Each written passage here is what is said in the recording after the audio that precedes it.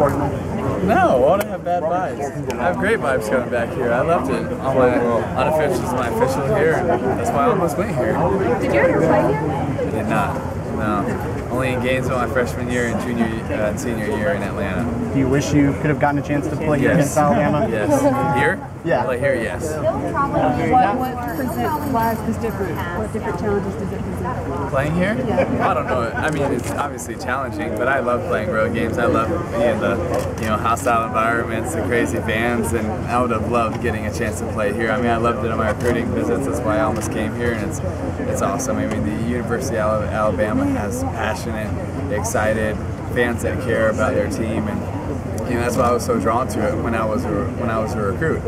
Because that's who I am. I wear my emotions on my sleeves. I'm passionate. I'm excited. I love the game, and that's what draws me to the SEC, and that's what drew me to Alabama. No, I think there's so much respect. I'm sure I'll get some of that, but I think that just between SEC teams, there's so much respect between the fans and players. So I think it'll be fine. Tim, what's the one thing that stands out to you in Saban's defense? I think it would be he puts his players. Obviously, they're great players, but he puts them in positions to succeed. And I think he finds ways to get pressure on quarterbacks, and he takes away the best things that teams do. And when you do that, it's usually hard to beat a good team, which Alabama always is. When they take away the best thing you do, you're tough to lose that way.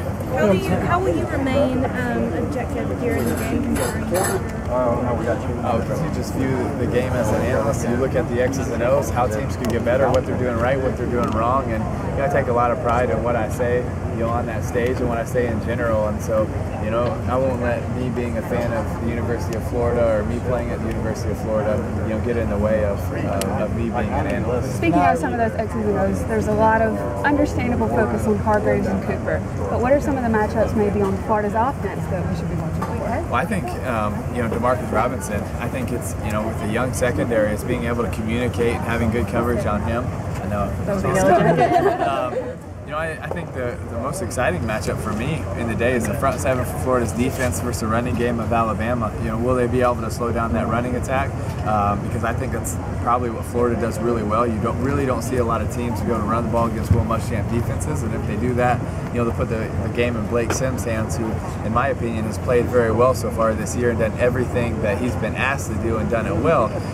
Plus, he's the only quarterback probably since Andrew Zhao, since he left Alabama, that can probably win a game with his legs if asked to.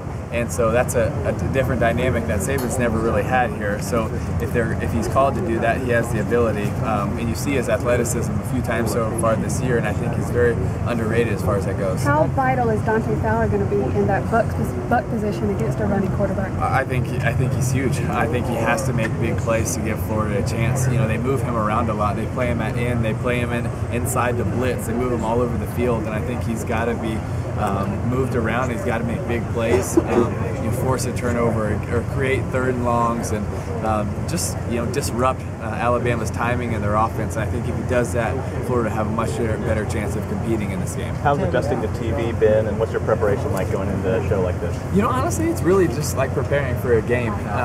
For a lot of different games, but watching film.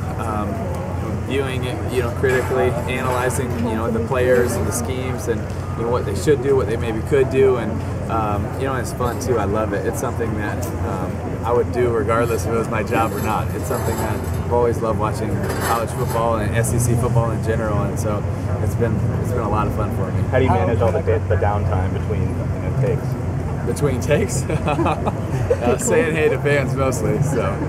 How connected are you with Florida now that you're done, and even though Meyer's not there anymore, how connected are you with Will Muschamp? Well, I'm close with Muschamp, just like I'm close with a lot of coaches in the SEC, though, that I've either played for, or got to know, or have a lot of respect for. And so, I'll be around their program to learn and see what they're doing, just like I'll be around this program and other programs to, get as much insight and information as we possibly can. As a football analyst, do you have any plans to try to get back into football in that capacity? I'm always training and in shape, and you never know what the future holds. But I'm so blessed to be able to do this. It's something that I love doing, and something that it's a lot of fun for me, and it doesn't feel like work.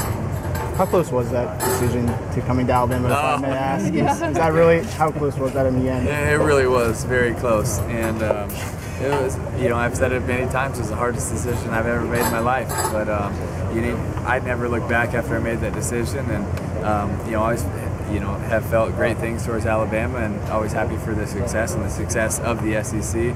But I think I got a great program. I think Nick Saban's doing great things here, and it's an awesome place to be, and it's fun that we're here this weekend.